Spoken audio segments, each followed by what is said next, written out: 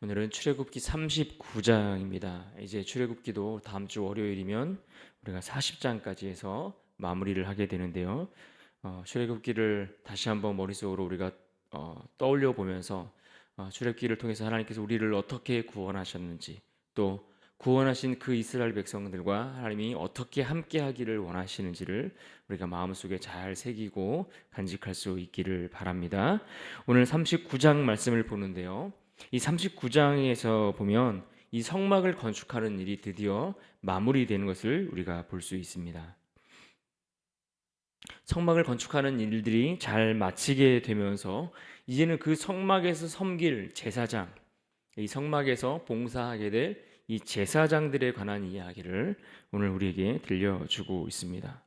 동일한 내용으로 모세에게 하나님께서 명령하시고 지시한 내용들이 28장에 기록되어 있고, 그 다음에 그 명령대로 모세가 이스라엘 백성들에게 전달하여서 그것을 그대로 완수하고 순종하여 그 결과물을 만들어낸 것이 바로 오늘 본문 39장입니다.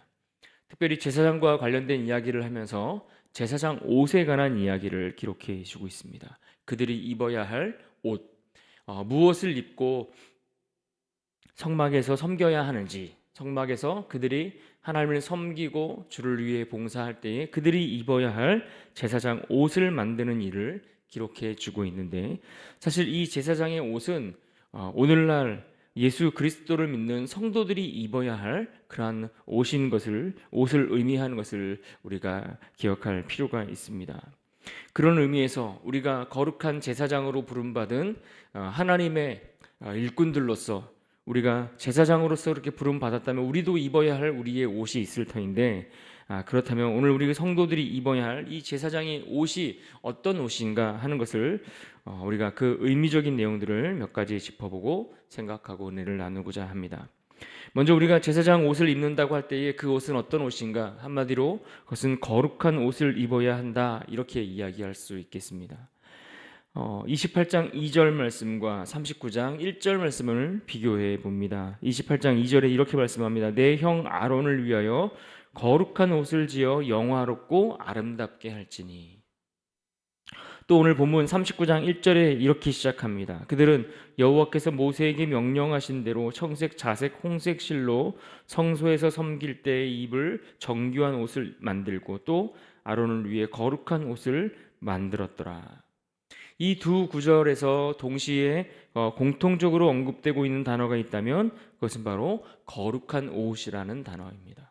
거룩한 옷을 입으라, 거룩한 옷을 만들라. 우리가 입어야 할 옷은 이처럼 거룩한 옷이다, 이렇게 이야기할 수 있습니다. 구별된 옷, 깨끗한 옷, 뭔가 세상과 우리 사이에 하나님께서 분리해 두신, 구별해 두신 그러한 구별된 옷, 그런 의미에서의 거룩한 옷, 깨끗한 옷을 입어야 합니다. 성도는 어떤 존재입니까? 성도들은 이 땅을 살면서 하나님을 섬기고 하나님을 예배하는 자들입니다. 그리고 또한 그 하나님과 함께하고 그 하나님과 동행하는 자들이 이 땅을 살아가는 성도들의 모습입니다.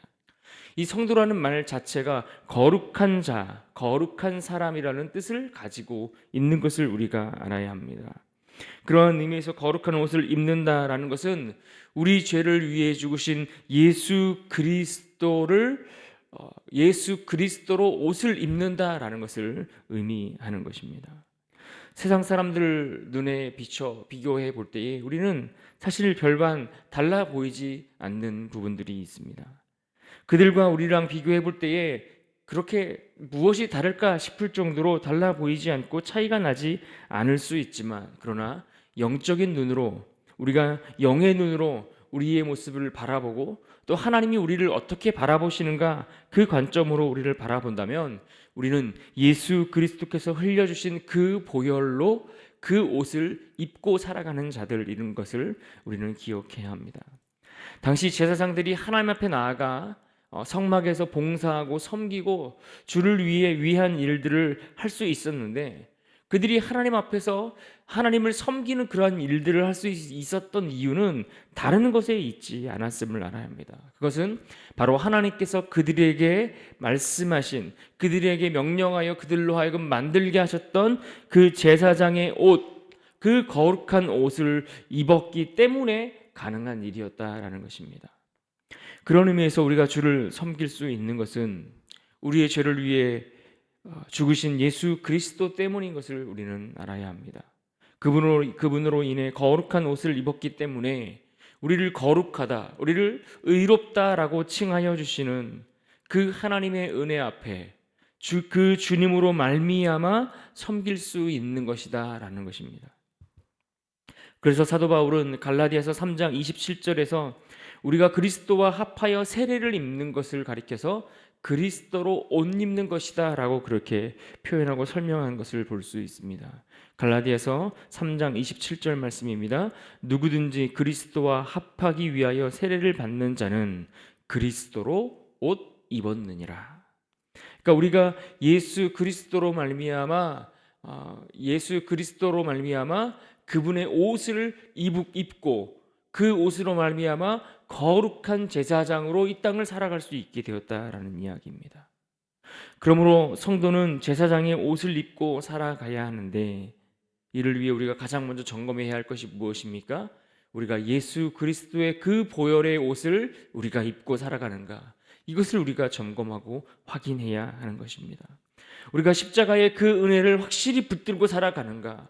그 십자가의 은혜, 그 보혈을 의지하고 붙들고 살아가는 은혜가 없으면, 그 모습이 우리에게 없으면 우리는 예수 그리스도의 거룩한 옷을 입지 못한 자가 되기 때문입니다.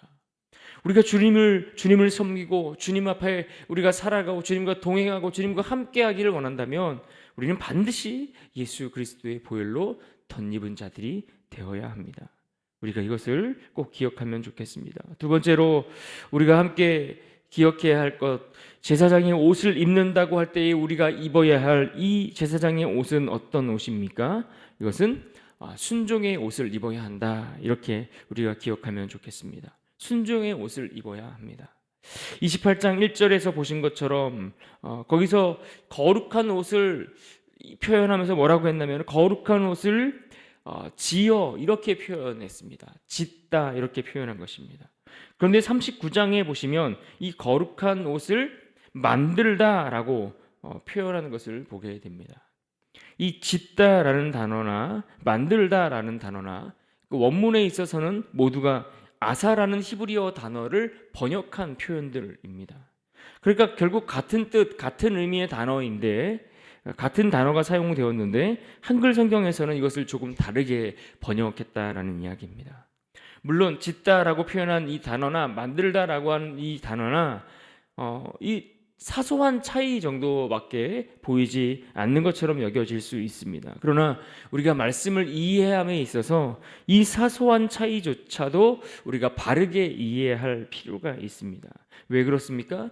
이 제사장의 옷을 만드는 이 일은 인간의 어떤 생각이나 지혜나 어떤 인간의 경험에 의해서 요구되고 만들어지는 옷이 아니었기 때문에 그렇습니다. 철저히 인간의 생각을 배제하고 인간의 방법들을 배제하고 인간의 지혜들을 사용하지 않고 하나님이 말씀하신 대로 하나님이 명령하신 대로 그대로 만드는 것, 이것이 가장 중요한 일이었기 때문에 그렇습니다. 그래서 앞에서도와 마찬가지로 특히 오늘 본문 39장에 보면 여호와께서 명령하신 대로 행했다라고 하는 그 의미의 표현들이 계속해서 지속적으로 자주 반복되는 것을 볼 수 있습니다. 성막을 짓는 일을 마무리하는 단계에서 특별히 이 마지막 제사장들이 입어야 할 이 옷을 만드는 그 일에 대해서 언급하시면서 이 부분을 강조하고 확인하고 계시는 것을 보게 됩니다. 39장 1절에 보면 여호와께서 모세에게 명령하신 대로, 또 5절로 넘어가 보시면 여기도 여호와께서 모세에게 명령하신 대로 이렇게 표현했습니다. 7절도 보실까요? 여호와께서 모세에게 명령하신 대로. 21절 여호와께서 모세에게 명령하신 대로. 26절 여호와께서 모세에게 명령하신 대로 29절, 31절, 32절, 42절, 43절까지 여호와께서 모세에게 명령하신 대로 그와 같이 행했다라는 이야기를 반복해 주고 있습니다. 무려 39장에서만 10번을 채울 만큼 10번을 반복해서 강조할 만큼 지금 이것을 이들이 여호와께서 모세에게 명령하신 대로 그들이 이와 같이 순종하여 행했다라는 것을 강조해 주고 있습니다.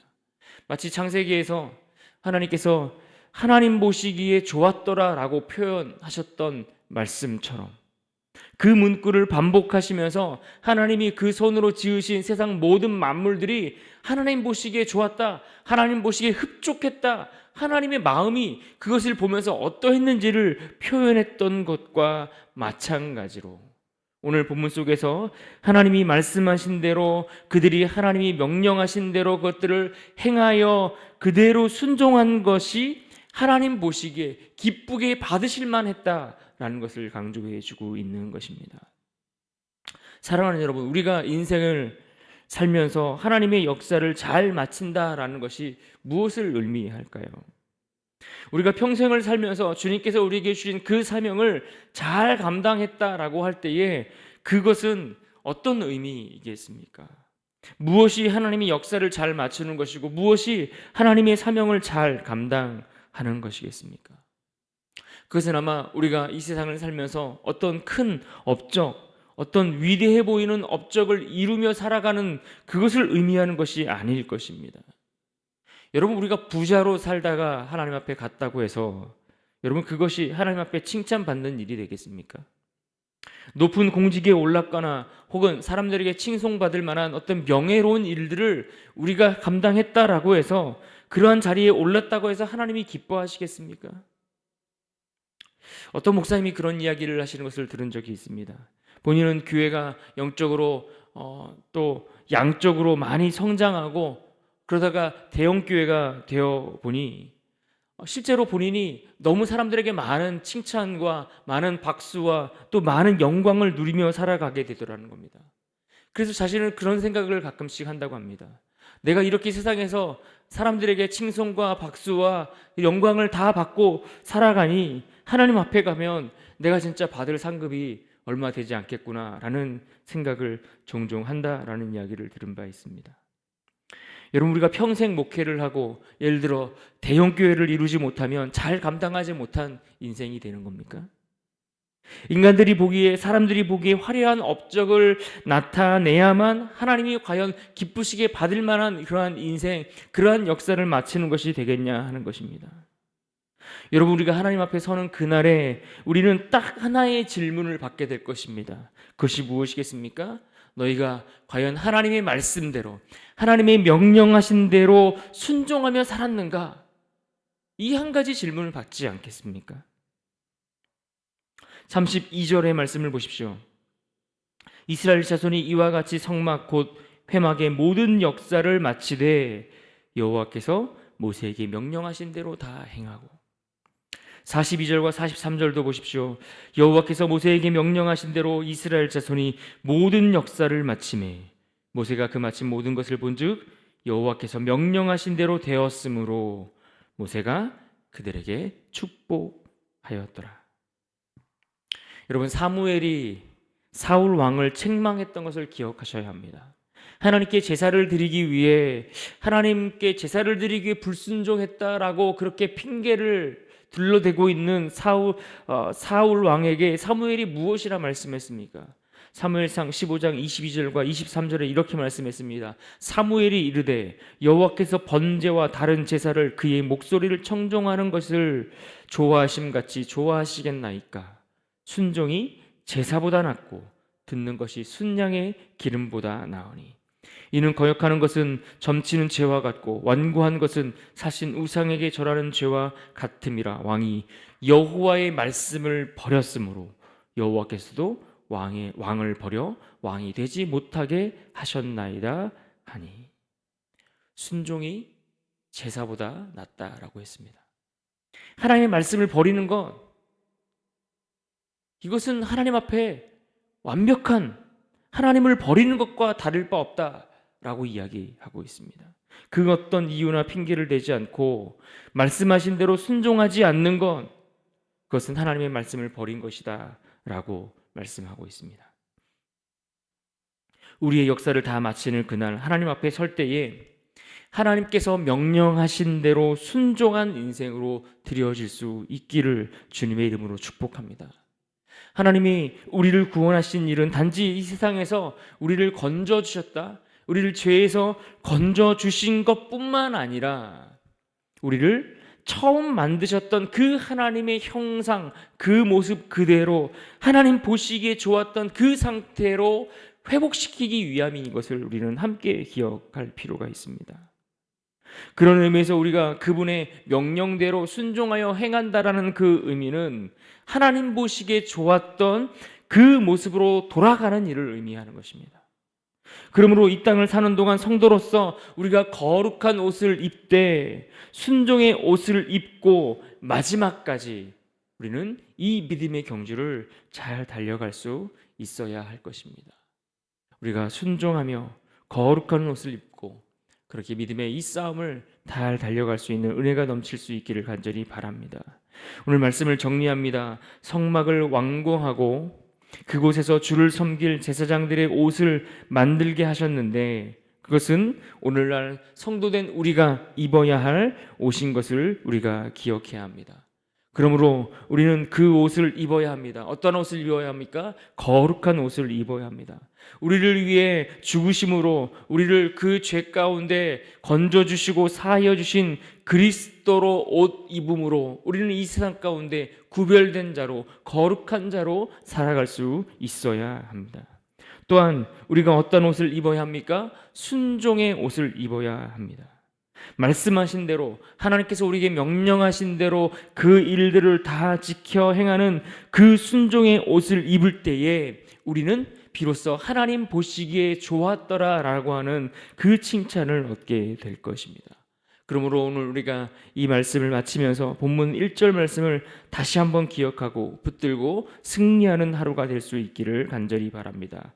1절 말씀입니다. 그들은 여호와께서 모세에게 명령하신 대로 청색, 자색, 홍색 실로 성소에서 섬길 때 입을 정교한 옷을 만들고 또 아론을 위해 거룩한 옷을 만들었더라. 아멘. 기도하겠습니다.